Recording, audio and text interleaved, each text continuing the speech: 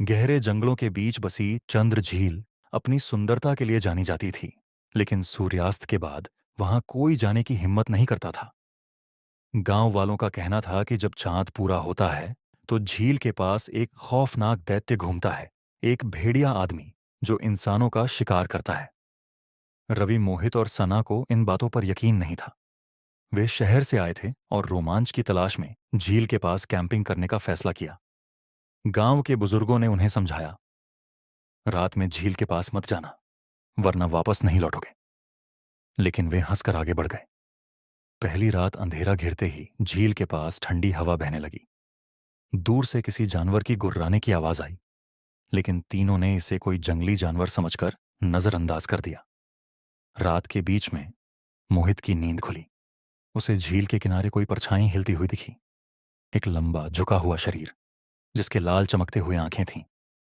अचानक वह आकृति चार पैरों पर दौड़ने लगी, लेकिन यह कोई जानवर नहीं था।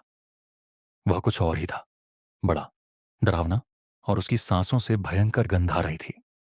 मोहित ने बाकी दोनों को जगाया, लेकिन जब तक वे बाहर निकले वहां कुछ नहीं था।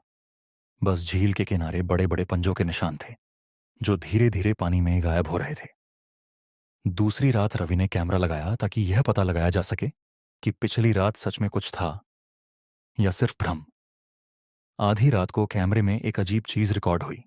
एक आदमी जो धीरे धीरे झील से बाहर निकल रहा था, लेकिन जैसे ही उसने सिर उठाया उसकी आंखें चमकने लगीं और उसकी हड्डियां चटकने की आवाज आई। कुछ ही पलों में वह आदमी एक भयानक भेड़िया में बदल गया। लंबे नुकीले दांत, बड़े पंजे और गहरी गुर्राहट। सना की चीख निकल गई और तभी भेड़िया आदमी ने उनकी ओर देखा। उसकी गति इतनी तेज थी कि जब तक वे कुछ समझ पाते वह झील से निकलकर उनके टेंट के पास आ चुका था। अंतिम भाग तीनों जान बचाकर जंगल की ओर भागे, लेकिन भेड़िया आदमी उनके पीछे था। उसकी गुर्राहट हवा में गूंज रही थी। रवि ने हिम्मत कर झील के किनारे पड़ी मशाल उठाई और जैसे ही भेड़िया आदमी ने हमला करने की कोशिश की, उसने मशाल उसकी ओर फेंक दी। आग की रोशनी पड़ते ही वह दर्द से चिल्लाया और पीछे हट गया। सुबह होते ही वे गांव की ओर भागे और बुजुर्गों को सब बताया। गांव वालों ने कहा, यह श्रापित प्राणी है। कहा जाता है कि सालों पहले एक आदमी पर झील की आत्माओं ने श्राप दिया था, जिससे वह भेड़िया बन गया। वह चांदनी रात में शिकार करता है और झील उसकी कैदगाह है।